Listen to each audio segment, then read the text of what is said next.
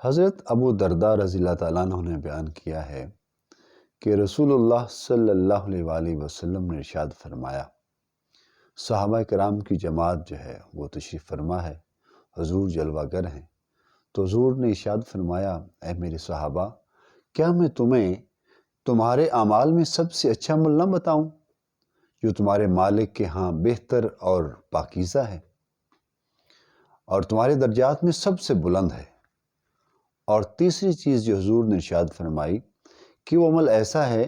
کہ تمہارے سونا اور چاندی خیرات کرنے سے بھی بہتر ہے۔ یعنی ایک طرف انسان سونا اور چاندی خیرات کر رہا ہو اور دوسری طرف وہ عمل کر رہا ہو،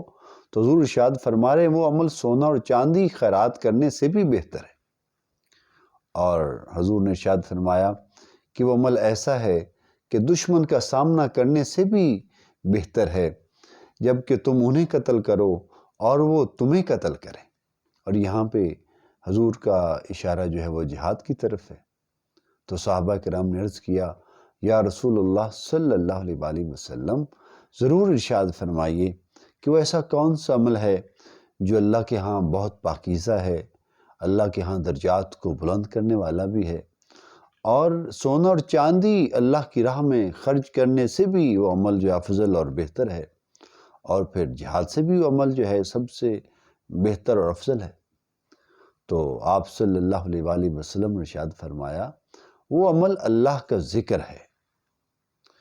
حضرت معاذ رضی اللہ تعالیٰ عنہ نے کہا، کوئی چیز ایسی نہیں جو اللہ کے ذکر سے بڑھ کر عذاب الہی سے نجات دلانے والی ہو۔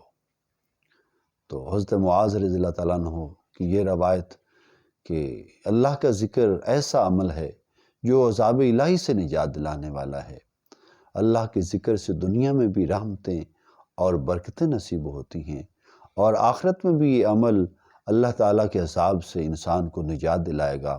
اور اللہ تعالیٰ اپنے ذکر کی بدولت انسان کو بخشش کا اور مغفرت کا پروانہ عطا فرمائے گا۔